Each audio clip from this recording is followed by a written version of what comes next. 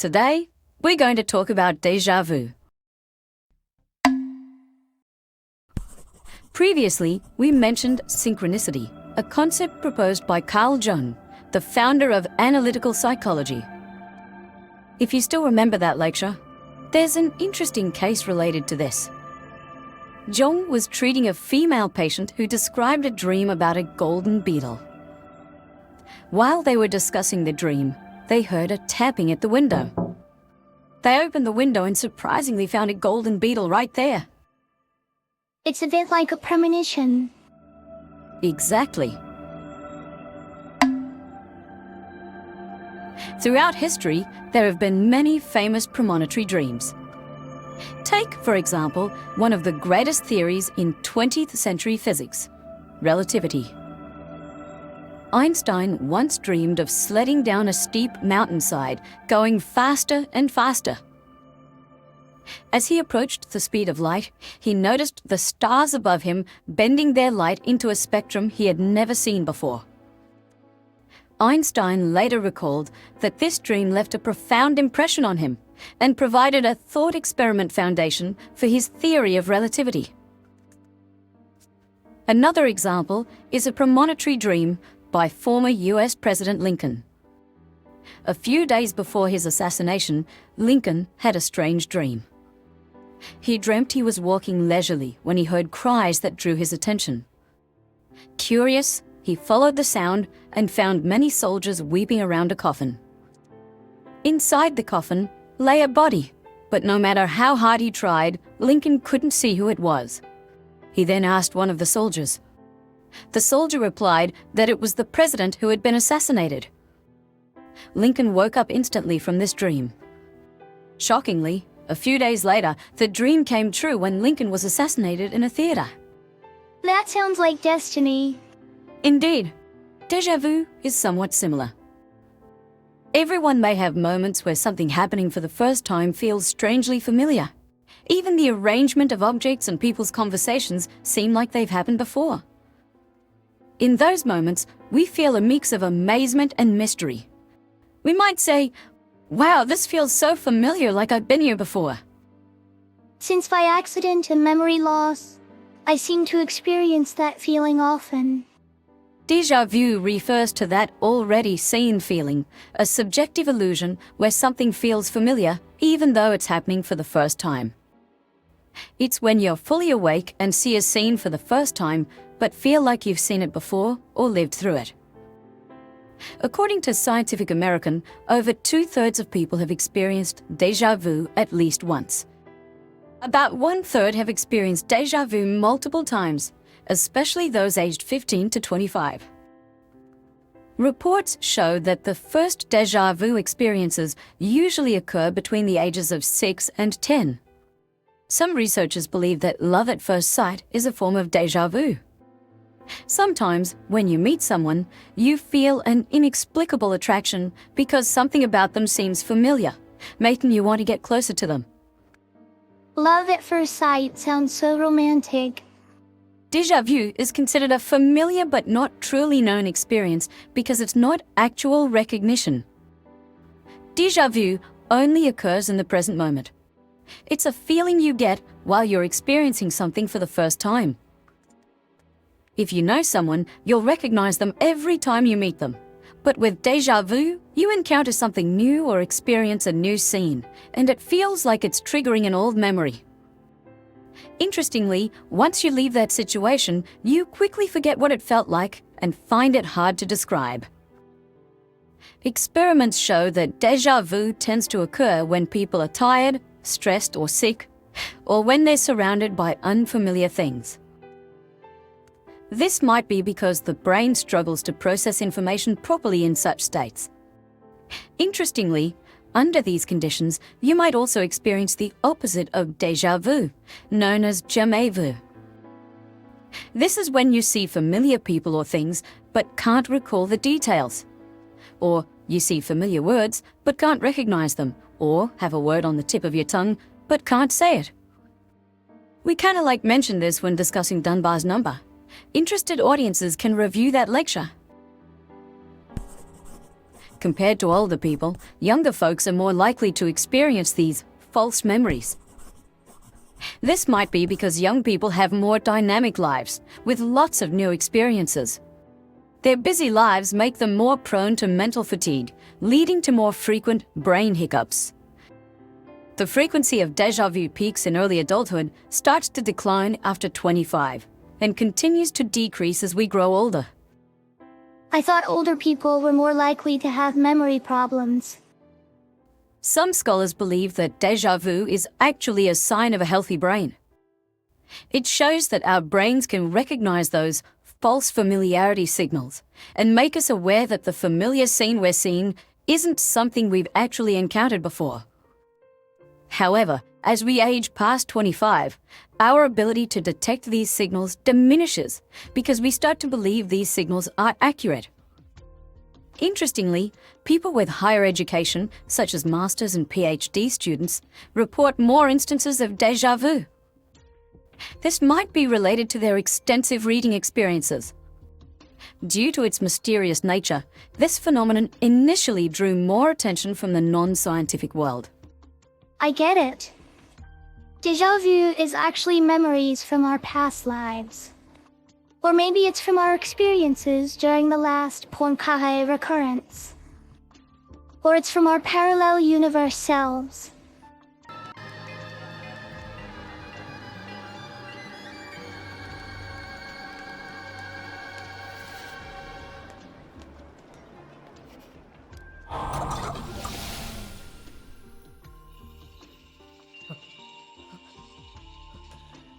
Okay, calm down, my Steins Gate girl.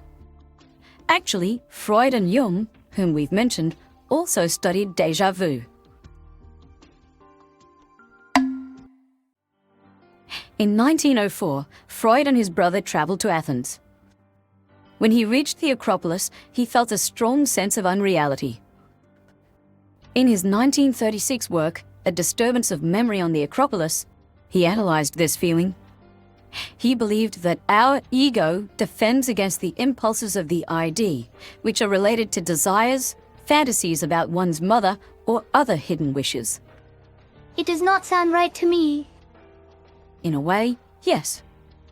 Freud considered the ID to be the core layer of our psychological structure, representing our most primal impulses, desires, fears, etc. These lie in our subconscious. The ego, the middle layer of our psychological structure, operates on a conscious level. For various reasons, such as moral prohibitions or overwhelming emotions that might lead to an ego collapse, the ego sometimes prevents the impulses from the ID from surfacing into consciousness. The ego acts like a guard, suppressing the ID. However, we also unconsciously seek things in our environment that align with our ID. So, when we experience déjà vu, we are actually being unconsciously reminded of some hidden fantasy. These fantasies exist in our minds, but are locked away, unnoticed in everyday life. When environmental cues remind us of them, they seep into our conscious awareness. After Freud, Carl Jung also took a keen interest in déjà vu. During a trip to Africa, he once looked out from a train window and saw a thin, dark-skinned person leaning on a spear. As the train moved on, he recorded, "I felt as if this moment had happened before, and I felt extremely familiar with this world, as if I had returned to my homeland from thousands of years ago." This feeling accompanied him throughout his African journey. Jung called this sensation recognition of immemorially known in his book *Memories, Dreams, Reflections*. He believed this phenomenon demonstrated the existence of collective human memory, with fragments of ancient memories passed down through generations, later experienced by individuals as déjà vu. If you encounter a similar scene in a premonitory dream, but don't remember it after waking up, could that lead to déjà vu later? That's a great hypothesis. Some scholars indeed attribute déjà vu to memory. Neuroscientific research has long shown that the retina has its own pathways to transmit visual information to the brain, registering images or objects in the brain before we're consciously aware of seeing them. In one experiment, students were shown unfamiliar words flashing on a computer screen for just milliseconds, and they subconsciously remembered them. Herman Snow, a scholar specializing in déjà vu, suggested that if we think of our memory storage process as holographic, where images are composed of various fragments, each fragment contains all the information needed to reconstruct the image. The smaller the fragment, the blurrier the reconstructed original image. Déjà vu is like recognizing someone from a blurry image in video surveillance. The feeling of having seen it before doesn't come out of nowhere. It's triggered by existing memories in the brain. But those original scenes are stored only in fragments, making it impossible to fully retrieve them. It sounds like the magic tricks in Now You See Me, where you remember something without realizing it. Many magic tricks indeed work on this principle. There are countless works based on déjà vu, like Groundhog Day, Déjà vu, and the butterfly effect. We can discuss them in detail some other time. Research from MIT suggests that déjà vu is related to a part of our brain responsible for storing long-term memory, the hippocampus. When we encounter a situation similar to a past experience, the neurons that processed that past experience might fire simultaneously. At this point, the hippocampus tries to find similar experiences in our memory, leading us to believe the current impression has happened before. Sometimes, the hippocampus makes a processing error, accidentally storing current feelings into memory, making us think the present moment is a past occurrence. For example, you may have watched a movie about New Zealand years ago. Later on, you might feel like you've been to New Zealand before, even if it is the first time you visit there. Our memory is very fragile. That's why we have the Mandela effect. What is the Mandela effect? The term Mandela effect was coined in 2010 by an American blogger named Fiona Broome. She noticed that she had memories of South African leader Nelson Mandela dying in prison in the 1980s. She even recalled details of his funeral, including a speech by his widow. However, in reality, Mandela did not die in prison in the 1980s. He was released, became the President of South Africa, and was still alive in 2010. After Mandela's death in 2013, people worldwide noticed discrepancies in their memories about him. Some believed they had already heard of his death years earlier. There were conflicting memories about the time and cause of his death. Many unrelated individuals recalled watching a movie commemorating Mandela, including the title and plot, but no such film had ever been made or released. This phenomenon was previously known as having false memories, but the Mandela effect is a new term for it. The theory suggests that small quantum wave functions allow people to traverse the gaps between universes, reaching a similar time-space where the people are not quite the same as their friends. Quantum wave function travel, what the hell is that? We can discuss quantum mechanics another time. Fiona Broome, the creator of the Mandela effect theory and an American paranormal blogger, believes that so many people remembering Mandela dying in prison in the 1980s isn't just a coincidence. It could involve different parallel universes. The Mandela effect was linked to the Large Hadron Collider and quantum computer experiments conducted by CERN in 2009. We can give a few examples of the Mandela effect. For example, does the famous statue of the thinker has its hand on its chin or forehead? Second example, does Pikachu's tail have a black tip? I'm already confused. Human memory is indeed fragile. Let me tell you about a case. A long time ago, there was a man named Stephen Titus, a 31-year-old hotel manager from Seattle, Washington. He was engaged to a woman named Gretchen, and they were about to start a happy life together. One night, after a romantic dinner, they started to drive back home. Later on, they were pulled over by a police car. Titus's car resembled the vehicle used by a criminal who had raped a hitchhiking woman earlier that day, and Titus also looked somewhat like the suspect. The police took his photo and included it in a lineup. The next day, they showed the victim the lineup, and she pointed to Titus's photo, saying he looked the most like the perpetrator. The police and investigators proceeded with their case, and Titus was charged with rape. In court, the victim looked at Titus and said, "I'm absolutely certain it's him." Despite Titus's repeated claims of innocence, he was convicted and sent to prison. He lost all trust in the legal system. However, Titus didn't give up. He contacted a local newspaper, and an investigative magazine took an interest in his case. The magazine eventually found the real culprit, who was responsible for about 50 other rape cases in the area. Titus was released, but by then, his life was ruined. He lost his job, his fiancée left him, and he was penniless. He decided to sue the police officers and others responsible for his ordeal. He dedicated all his energy to this case, thinking about it every waking moment. A few days before the court hearing, he woke up in severe pain and was taken to the hospital, where he died of a heart attack induced by stress. That's really sad. What made the victim's opinion change from, "He looks like him," to, "I'm absolutely certain it's him"? Great question.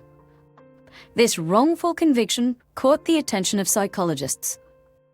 A forensic psychologist named Elizabeth Loftus became very interested in Titus's case.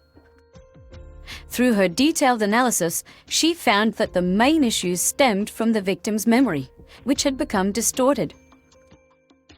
This phenomenon is known as false memories. Unfortunately, Titus wasn't the only person to suffer due to someone else's false memories.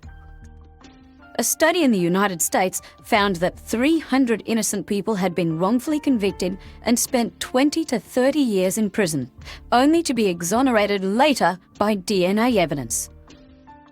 Further analysis of these cases revealed that 3/4 of the wrongful convictions were due to eyewitnesses' false memories. It's so bad. People tend to trust witnesses. Why does this happen, though? Because the jurors who convict innocent people, like those who convicted Titus, believe in memory as a recording device. They think memories can be stored, recalled, and replayed accurately to answer police questions and identify suspects.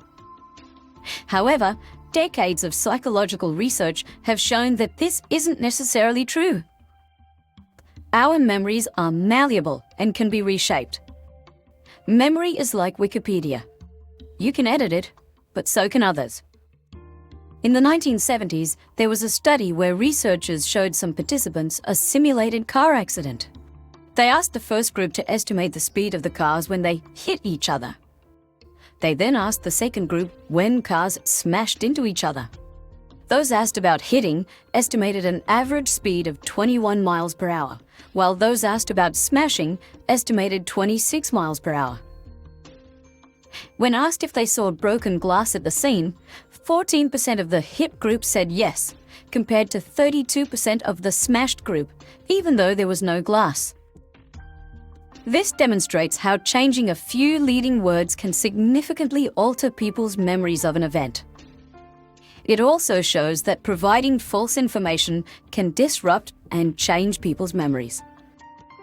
In our world, false information is everywhere, in conversations, media reports, and online. This can distort our real memories. False memories can be spontaneous or implanted. We've talked about spontaneous false memories. Now let's discuss implanted ones. In the 1990s, Loftus designed an experiment involving 24 participants. She collected 3 true childhood events from each participant's relatives and added a fabricated event, forming 4 memory fragments. She gave these to the participants, telling them their relatives remembered these events.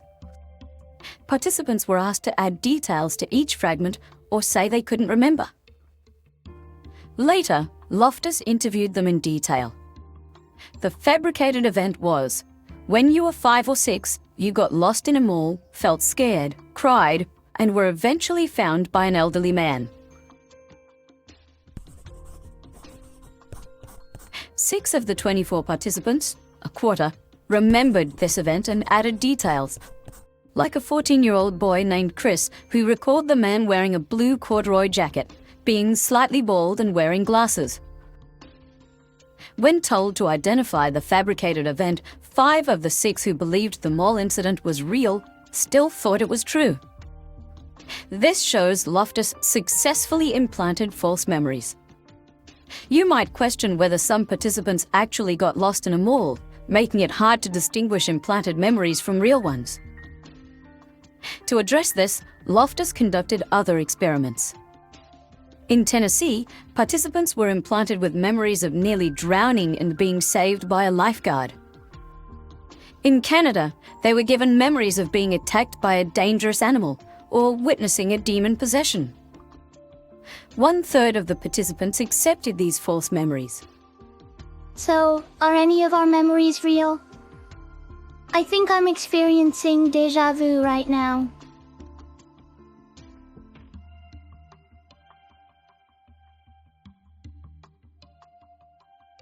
Hey, you! Don't play games. I know you're watching on the other side of the screen. That's right, freak. It behooves you nothing to ignore me. Join the lab and become Labman 000X today. Today's keyword is